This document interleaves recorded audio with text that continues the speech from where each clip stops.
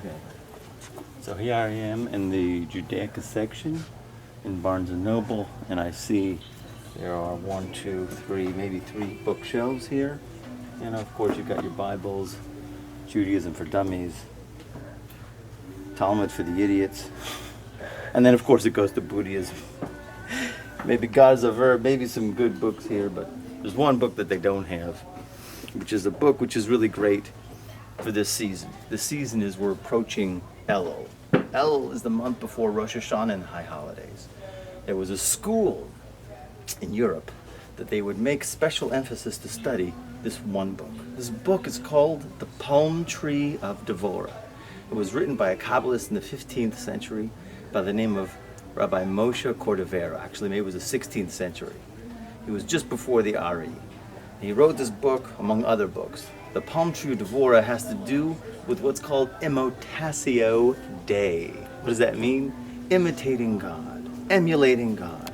So he gives specifics. Most people understand emulating God is very general. You know, just like God is merciful, so you too be merciful. Now, when we approach the high holidays, if you recall, there's one time, the highest, the culmination, on Yom Kippur, towards the end of Yom Kippur, we reach in the Ne'ilah prayer, where everybody constantly says these 13 attributes of mercy.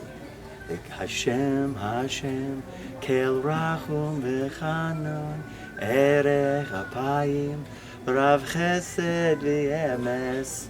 Right? It's a song that they chant over and over. The 13 qualities of God's Rachamim. And this book, actually the first chapter, goes in detail on those 13 qualities. And that's why it was great to study it in these days. Why? Because, simply, we are made in the image and likeness of the Creator. And part of that image and likeness of the Creator is He has certain qualities. We have to emulate those certain qualities. And to the degree that we emulate those certain qualities, Hashem behaves with us in that way.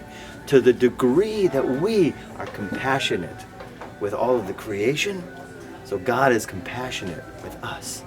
So the first of the 13 qualities of compassion that God is, it goes after actually a verse in the prophet Micah.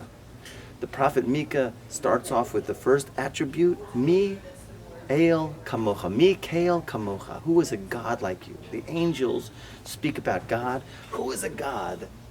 Who's like you? Right? So, you just keep following me. It's okay. So who is a God unto you? The angels are saying. Because God is unbelievably patient with His creation. You see, we believe in our tradition, every single moment, every single movement that we make, the energy of that movement comes from God. God allows us, He gives us the energy to do all of the things we do, whether it be speaking or whether it be moving, what our eyes do. And if a person were to take that energy and use it to do something against God's will, to speak maybe something bad about somebody, or to do something bad about something or other, whatever it might be, right? God could say, hey, you want to go ahead and do something like that? Do it with your own power. Do it with your own energy. Don't use my energy. And God could literally take away the person's ability at that very moment, and it's happened before. In Yeravam, there was a certain story where there was a prophet who was going to worship idolatry. He went up to the altar and suddenly his hand withered up and turned all white. So God could instantly take away the energy, that very moment that the person's going to use that energy in a wrong way. But He doesn't do that. No. God still gives with love energy to that person, even though He's going to use it for the wrong reasons. And God has that degree of savlanut. He bears other people's faults. He understands people are going to do. The day after the Jewish people worshipped the golden calf, every day they would get manna. The bread from heaven would come down and feed them. So you'd think they're worshiping the golden calf. Next day, the manna wouldn't come down. It did come down. It came down just like, God could say, hey, listen, you want your Big Mac? God. Ticket for Sorry. the noble customers with Kristen. Please come to the customer service center in the middle of the store. Kristen, to the customer service center. God could say, you go worship the golden calf. Oh, where you go, God, where's my food? God could say, I don't know, maybe, if you go maybe about 200 miles north, maybe there'll be a McDonald's for you in 3,000 years in the future also, right? God didn't do that. The manna came down the next day for the Jewish people. God still kept giving them energy, right? So that is the quality that we have to emulate, the highest of the qualities. It's a patience, like to that degree. Imagine if you have a son, and you give your son an allowance, and your son takes the allowance, and he goes ahead and he publishes articles that blasphemes you, right? That puts you down, right? You'd think, I'm not going to give you your allowance if you're going to take that money and do that with it. No way, right? He doesn't do that. God still gives with benevolence and love.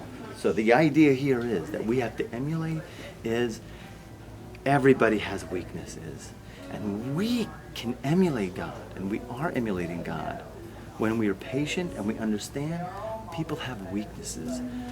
Everybody is in a process. If you just use that, believe me, you'll feel a lot better for sure. And you'll be emulating God. Everybody's in a process.